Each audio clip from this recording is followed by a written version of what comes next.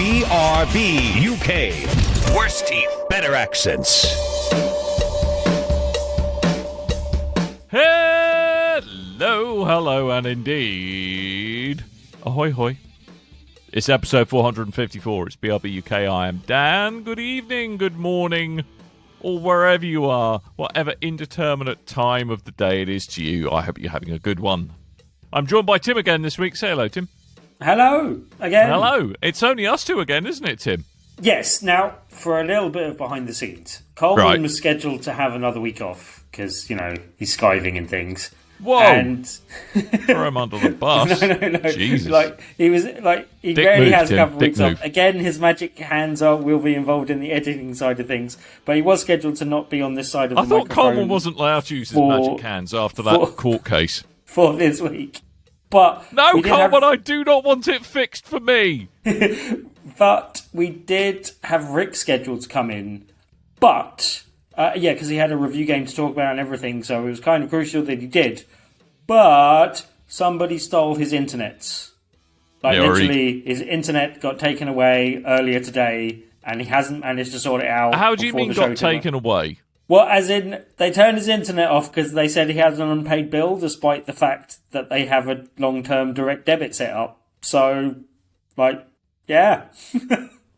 So they've been trying to sort that out and not been able to sort that out in time. So it wasn't the Hamburglar, it was the WAN burglar.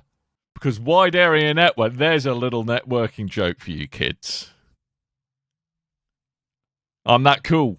Yeah, I am. Jesus. Anyway, well, me and Tim both have working I'm not internet. even sure how many people will get the Hamburglar reference, considering he hasn't been seen in quite some time. I think he's in some sort of jail. That doesn't necessarily mean he's still not up to his nefarious processed meat-stealing ways, does it? What was the He's just purple diversified. monster thing? Anyway. He's diversified. He's stealing people's internet. I'm not sure he's in a dance group thing. Anyway. What? Don't worry. It was a terrible joke, badly made. What? He's not some kind of McDonald's cinematic universe version of Bez. What are you on about? The other thing we mentioned this week, talking about this week's show, and having to move swiftly on from the nonsense that we usually chat at the beginning. Because, this is a somewhat short show this week as well, because Dan was not scheduled to be here. I was scheduled to be here earlier, and all sorts of things have gone horribly wrong. I'm squeezing it in between meetings. Yes. Said the vicar to the bishop. So, and no one wants half an hour of me talking to you on my own unsupervised, because that's not going to go well for anyone. Kind of, just from a scientific perspective, would love to see what happens.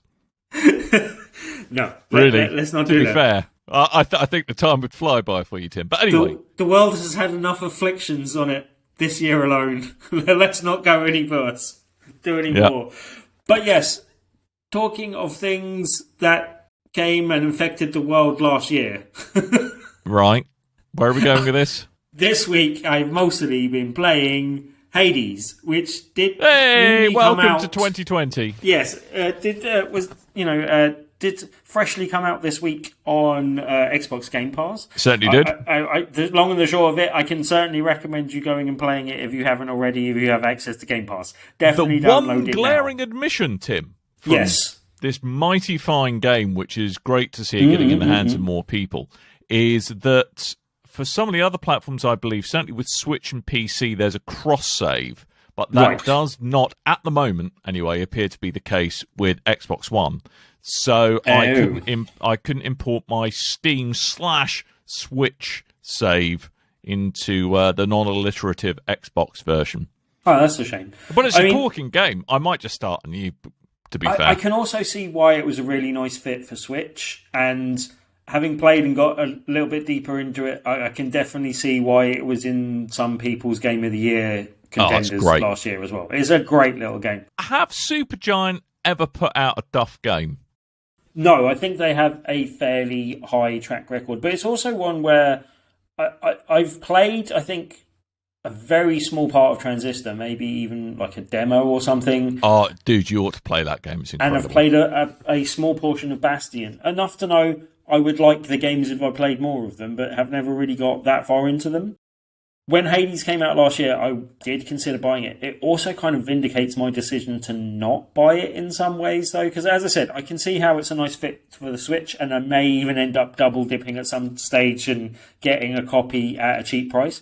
Also, it's quite attractive on the PS5 because apparently it's got some DualSense stuff that they've done with that as well, which I can see that working quite well with the game as well. So, like, there's reasons to get it on other platforms, and maybe it's a game I'll end up owning if it does disappear from Game Pass, and whether I'll buy it on Xbox to continue there or get it somewhere else to get advantage of that platform, that's a decision I might have to make at the time and see what the price guides me on that as well, basically. Well, I would say it kind of depends what they do with the cross-save stuff.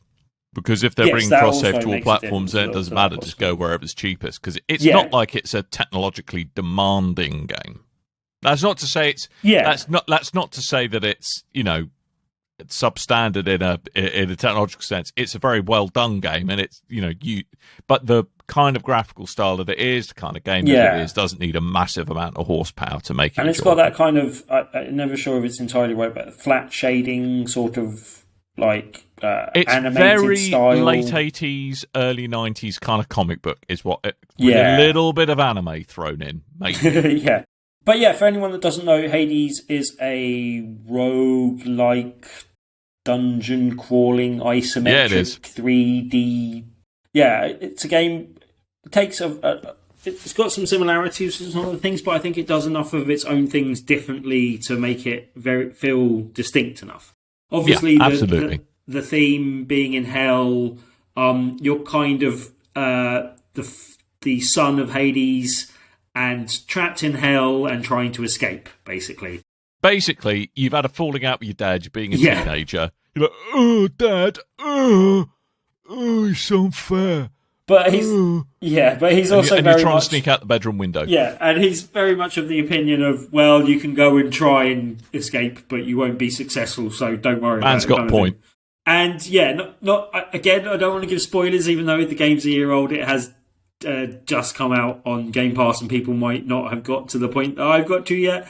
But to clue you in, and hopefully you've got to a similar point, I'm getting to the end of the second level, haven't beat the second boss, but it just got to the point where I've unlocked all the weapons, and there has been a changing of the guard somewhat. That's all I will say, basically.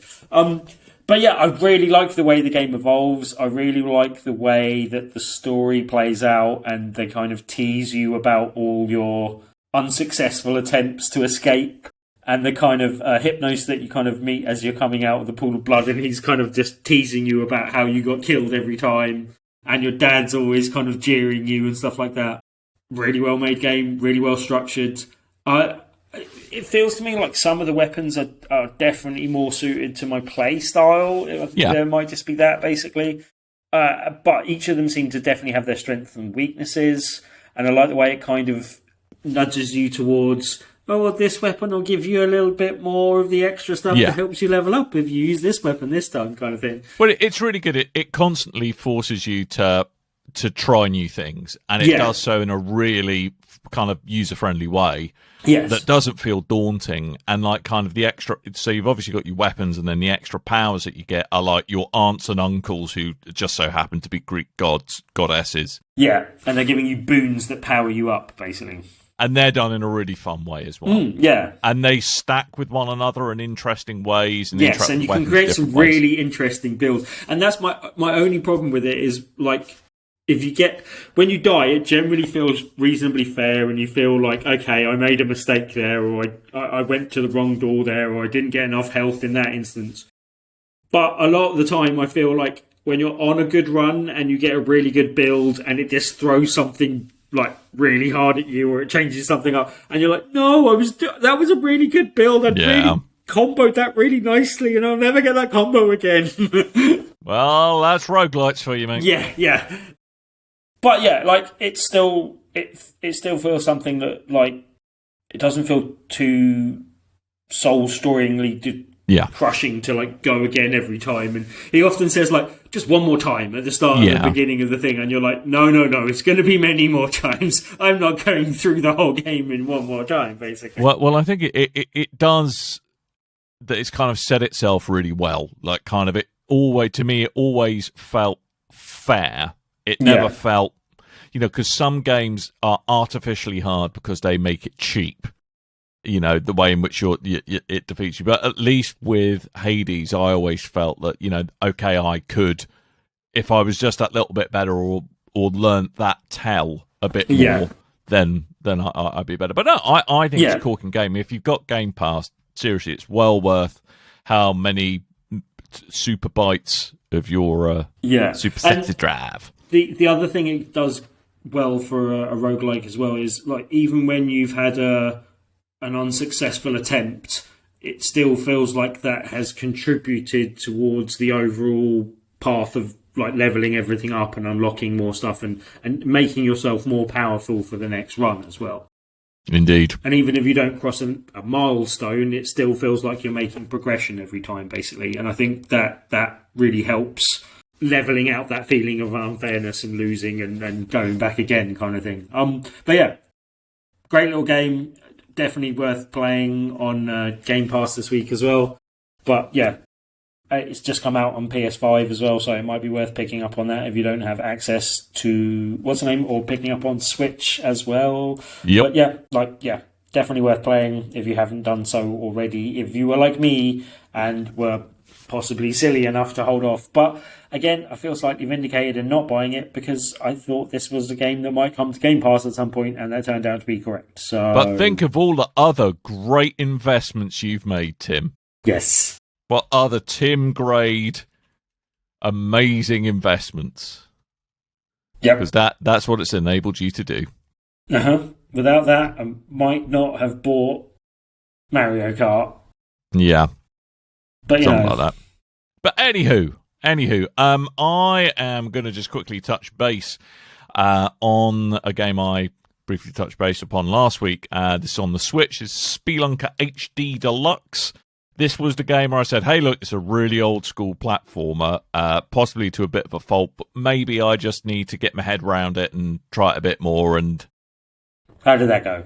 Dig deeper? Find more treasure? I just don't have the time to work around its quirks. It is just ridiculously difficult, like pixel perfect nonsense. And it's not just, I slightly missed it. It's like I fell 3.5 foot instead of 3 foot. Therefore, I deserve to die instantly. Look, it's really old school insofar as it's really unforgiving. It doesn't really give you much of a clue what the heck's going on. If you like that kind of self-flagellatory experience, fill your boots. But for me, I was just like, nope, do you know what? I'm out. And what's the overall gameplay loop? Is there anything comparable from more recent times that we know about that we can get some clues from? I suppose Spelunky is kind of like in its similar wheelhouse. Basically, you're in a mine. You're trying to get down a mine. Watch out, there's bats that will poo on your head and fatal 3.5 foot drops that will kill you. Yeah, I don't know. It's not your kind of mine. It's not my kind of mine. It may be some people's kind of mine, but it kind of it just feels very anachronistic. It feels, the HD spit and polish on it is not being particularly well done insofar as it actually makes the game more difficult to play. It doesn't enhance the graphics. Yes, it looks shinier. Yes, it's in kind of 2.5D, but actually means that you can't identify easily identify some of the environmental hazards that you're going to come across. It's not 24. I think it's 24 quid. It's not 24 quid's worth of fun. Oh, okay. Should I just double check that first? Yeah, double check that. Also, do you think it's a game that might have influenced Spelunky and therefore might be of interest absolutely to people that like that game as well? Oh, yeah, absolutely. I mean, I think if this is a very different game than Spelunky, there's there is kind of like a bottomless dungeon mode. It's not like Spelunky's, every time you do it, it's a different experience. There's more fixed levels of this one. I honestly, all day, every day, I would pick Spelunky over Spelunker HD Deluxe, which does retail for £22.99. So I was £2 over. It actually retails for 22 quid. Lee's over Lurs, yeah? Yes, that's why not. Spelunky, Lee... No, Kurz over... Kurz over... Lee. No, Lee's over Kurz. I don't know what you're trying to make me say, but whatever you said. So yes, I would personally pass at its current price. Oh, okay. Yeah. So tough biddies. So say you. So say I. But the one thing I don't think either of us have had time to play that both of us, I think, really want to play, and I'm quite looking forward to it this weekend, is 12 Minutes. Yes. Now, there's a couple of things I wanted to mention just because we haven't played them because they're not available to us yet. But there has been reviews of both of them come out, and both of them have got me quite excited to play both of them at some point. Both of them have got you quite excited to play both of them.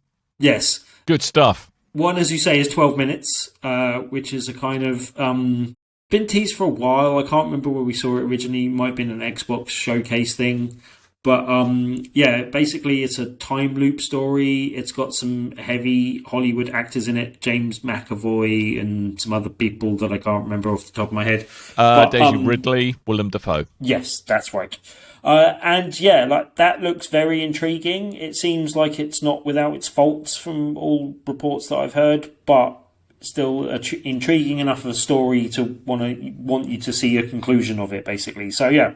I'm intrigued, even though apparently it takes a lot longer than 12 minutes to actually play through the game. Fair enough. But yeah, I think it's a 12-minute time loop that you're stuck in, which I assume, I haven't actually seen that expressly said by anyone, but I assume that is the case. And yeah, the other thing that is coming out this weekend, that bit of DLC on one of my favourite games ever, is Ghost of Tsushima Director's Cut. Yeah, just to mention that there is a weird thing about transferring it from the PS4 to the PS5 that apparently they've done a bit differently and made it slightly easier than it used to be by the sounds of things. But I'm still not sure exactly how that works. I'll report back on that next week, maybe. Right. But yeah, like that's something that, by all accounts, again, is a very good piece of DLC. Looks intriguing. Again, possibly not entirely without its faults, but like, yeah, it's more of one of my favourite games, so I'm looking forward to diving back in and having an excuse to do so. Still haven't checked out the Legends mode stuff, which might give me an excuse to do this time as well, but this is a PS5 update. There's some new shininess. It looks a bit nicer, hopefully.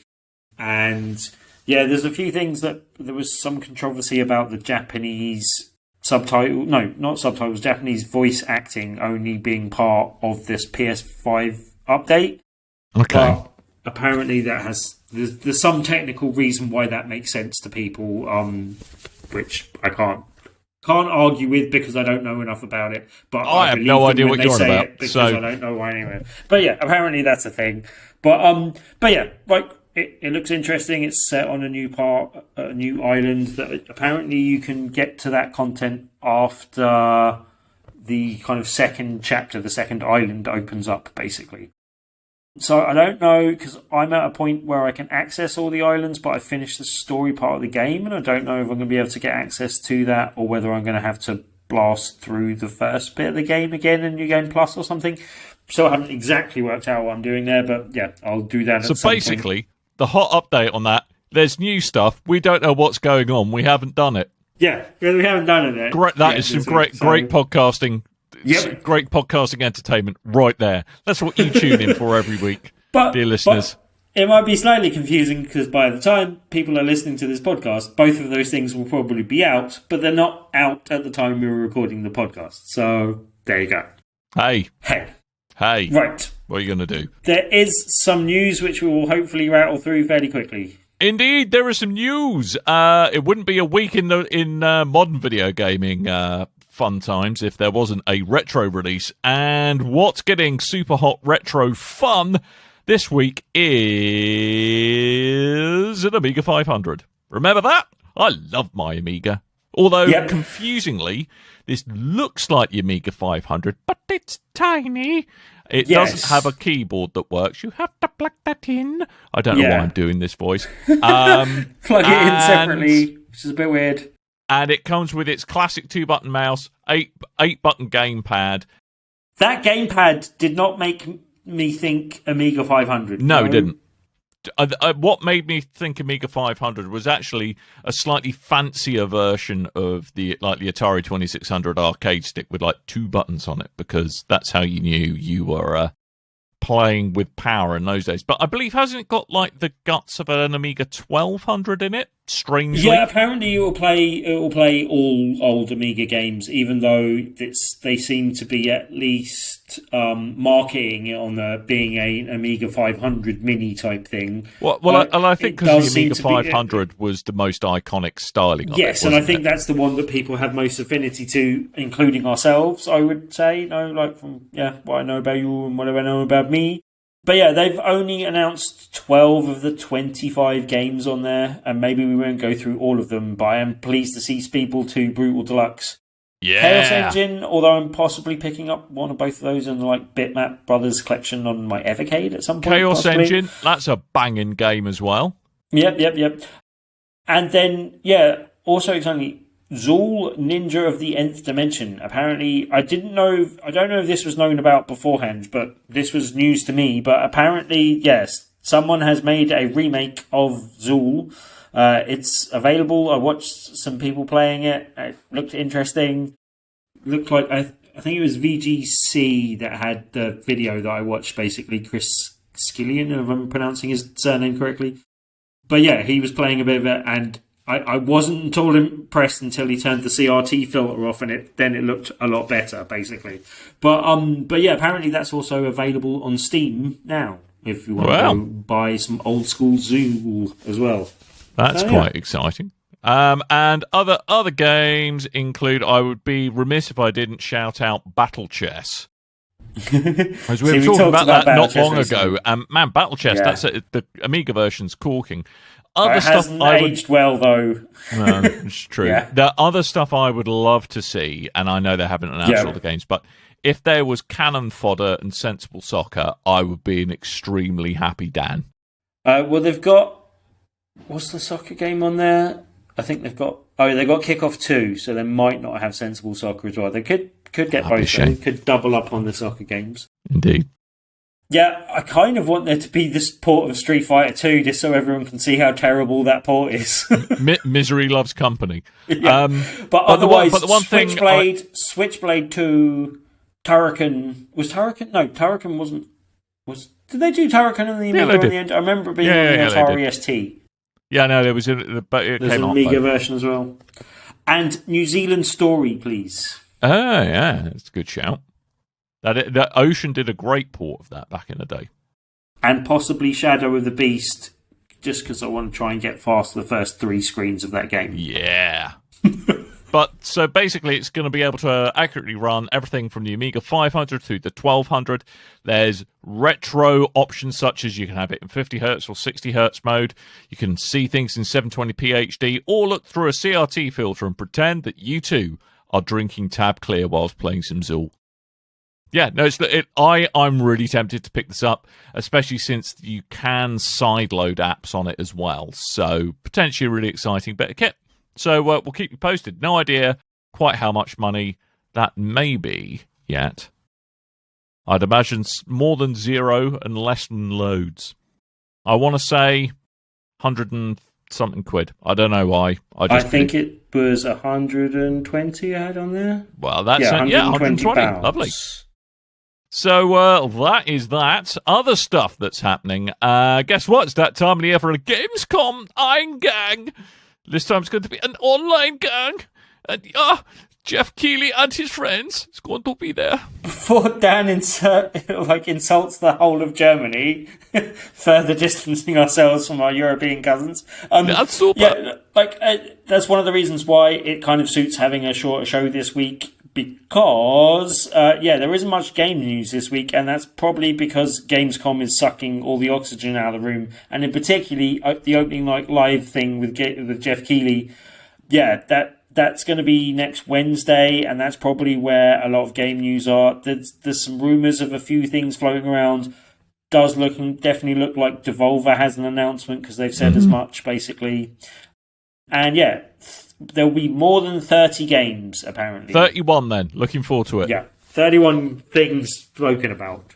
But yeah, Wow. new game reveals, as tends to be the case with Jeff Keighley. There could be some exciting trailers there, so that's worth looking I out wouldn't be for. surprised if there's a big Destiny 2 presence, because Destiny, Bungie are doing a big What's Next in Destiny reveal on the 24th. I'd imagine they might do a bit more of a deep dive at some point over Gamescom, because they usually like doing dev talks and stuff there as well. Nice. Yes, I'll be demanding to talk Destiny next week, pretty much, is what it comes down to. Destiny! So, yeah, we'll probably have a lot of that to talk about next week. If there's anything that sticks out that you guys see and you would like us to particularly discuss on next week's show, give us a shout and we can do so. Indeed, because usually this is the point of the show. I know we're rattling through it today. We would usually love to have everyone's questions and, make sure everyone's part of the conversation. But because we're so short on time this week, we're going to have to just ask you to defer your questions until next week. But we want to hear them. We want to hear what you're excited about from Gamescom, or what you're going to be looking forward to, or just call Coleman a leg end again, because, hey, everyone knows that Coleman is not just the leg end, he's the full foot, calf, and maybe a little bit of the kneecap as well, because he's that much of a leg. So, yes. But I think probably we're going to have to shuffle off out of here, because I've got to go and be an adult, which is a bit depressing. Yeah, a bit boring. I'm probably going to go straight to hell. Lovely. Good. Yeah. Could be worse. Yeah. So that's your lot. It's a very short show this week, but short and sweet. I'm amazed we kept it to half an hour, but Coleman's probably going to thank us. So we will be back next week with some Gamescom goodness. I will be insisting I talk about Destiny. Tim will slip into a coma. Everybody will be happy. And the fun times will continue to roll. So, that's your lot. Thank you so much for downloading us. Make sure you go to www.BigRedBarel.com, twitter.com/BigRedBarel, facebook.com/BigRedBarel. And if you're investigating our front page, do come and say hello to us on Discord as well. There is a invite link That sounds like in a the top euphemism, right corner. Dan. Investigating our front page. Investigate away, my little chickadees. So yes, go click on Discord, come say hi. So that's your lot. Thank you so much for listening. I have been Dan. I might have been Tim. And we're going to be back next week. So until next time, dear listeners, toodle bye.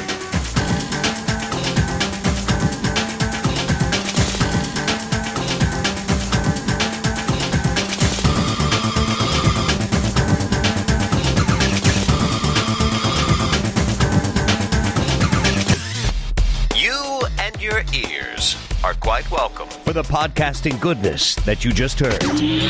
Why not roll on over to BigRedBarel.com for more podcasts, news, reviews, and videos from the biggest, reddest site on the internet, BigRedBarel.com.